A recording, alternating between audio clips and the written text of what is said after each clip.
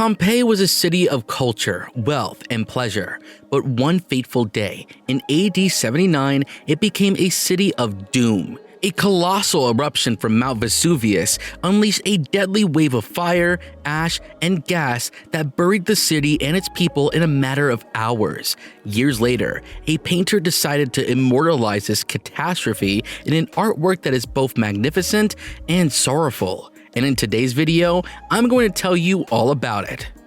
The Last Day of Pompeii is a large history painting by Karl Bryullov, a Russian artist who lived in the 19th century. He produced this painting from 1930 to 1933 on the subject of the eruption of Mount Vesuvius in AD 79, which destroyed the ancient Roman city of Pompeii and all of its inhabitants. The painting is notable for its positioning between Neoclassicism, the predominant style in Russia at the time, and Romanticism, as increasingly practiced in France.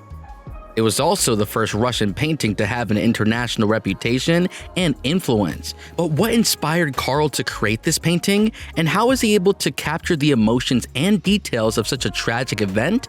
To answer these questions, we need to go back to 1823, when Karl first arrived in Rome with his brother Alexander via Venice and Florence.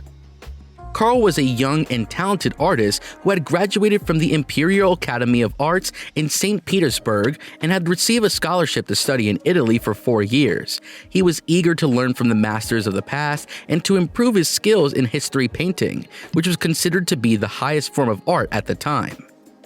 Karl visited many famous sites and monuments in Italy, but he was especially fascinated by Pompeii, the city that had been buried under volcanic ash and pumice for centuries until its rediscovery in the 18th century.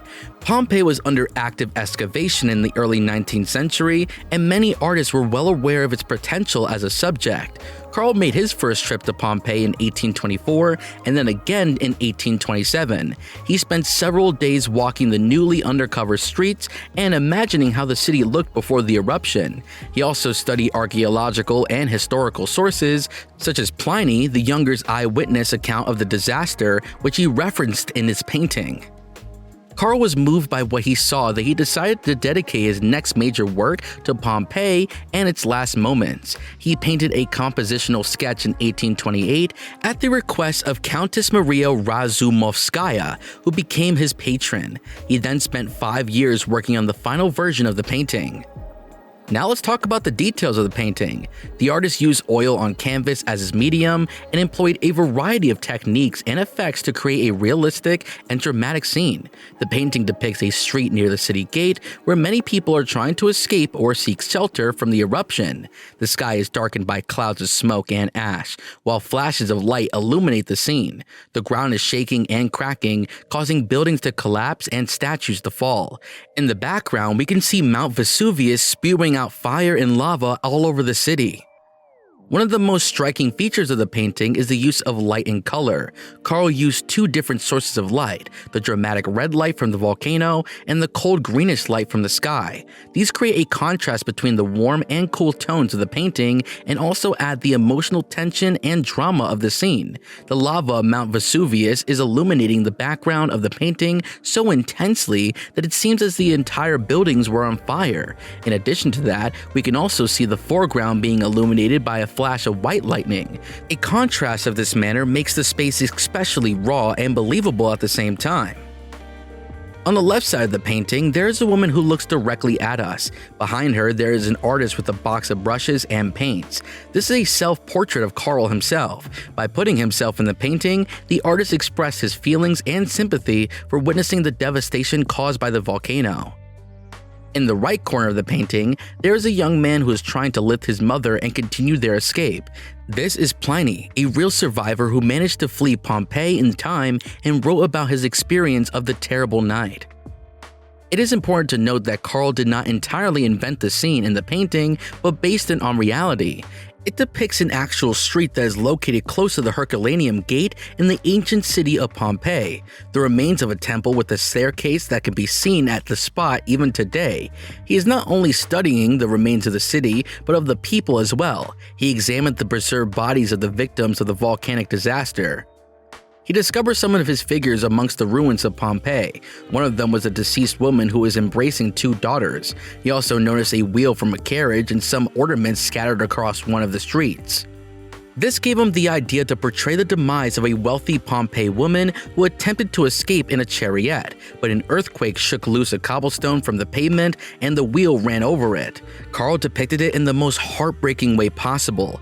The woman was thrown out of the chariot and lost her life. Her infant, who miraculously survived the fall, can be seen crying beside her corpse in the painting. Among skeletons that he discovered at the ruins of Pompeii, Karl saw a pagan priest who tried to take his wealth with him. On the canvas, the artist depicted a priest tightly clutching the objects of pagan rituals made of precious metals. Interestingly, each of the characters in this artwork are painted in such a manner that we can clearly see their faces. Even in the face of doom and their inevitable death, with tears in their eyes, they look divinely beautiful. However, in the painting, we can see that one of the characters, even in the face of death, is more concerned with trying to grab a falling coin. Nevertheless, the artist still makes us pity these people, who are seconds away from perishing.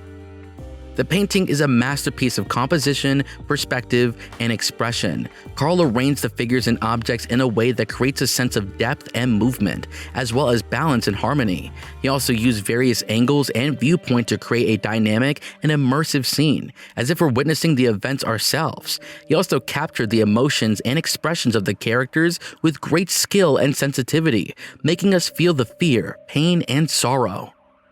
The painting is not only a representation of the historical event, but also a reflection of Karl's own views and feelings. He inserted himself into the painting as the artist who is looking at us with a sad and resigned expression, as if he is witnessing the destruction of his own world.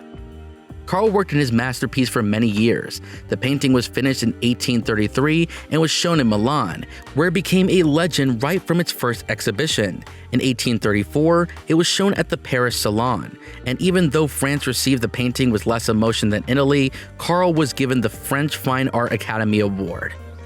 It was praised by critics and artists alike for its originality, realism, and emotions that it so realistically represented. It was also admired by the public, who flocked to see it in large numbers. This masterpiece made Karl famous and respected throughout Europe and inspired many other artists to follow his example. It also influenced some writers, such as Edward Bulwer Lytton, who wrote his novel The Last Day of Pompeii based on the painting. The painting is now part of the collection of the State Russian Museum in St. Petersburg, where it can be admired by visitors from all over the world.